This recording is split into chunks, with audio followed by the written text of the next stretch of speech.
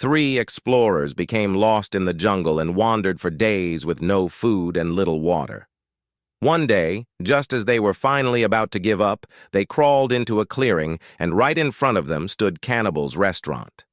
Out front, near the entrance, was a large menu board. With the little energy they had left, they dragged themselves across the clearing and looked up to see the following menu. They struggled into the establishment, dragging themselves to a table, and a waiter came to take their order. Before they ordered, one of the explorers asked the waiter, "Can you help me understand your menu?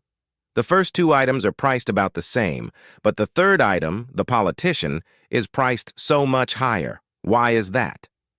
"Are you kidding?" replied the waiter. "Did you ever try to clean one of those suckers?" 2. A busload of politicians were driving down a country road one afternoon when, all of a sudden, the bus ran off the road and crashed into a tree in an old farmer's field. Seeing what happened, the old farmer went over to investigate. He then proceeded to dig a hole and bury the politicians. Somehow, some of the politicians survived and continued to plead for someone to rescue them from beneath the earth. A few days later, the local sheriff came out, saw the crashed bus, and asked the old farmer, "Were they all dead?"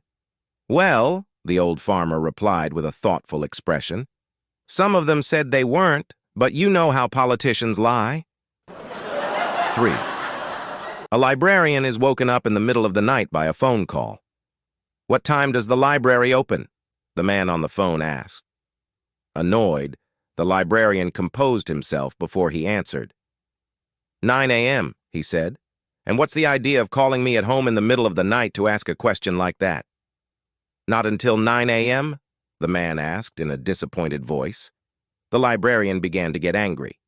"No, not until 9 a.m., said the librarian. "You can't get in by then, so you'll just have to wait." "Who said I wanted to get in?" The man sighed sadly. "I want to get out."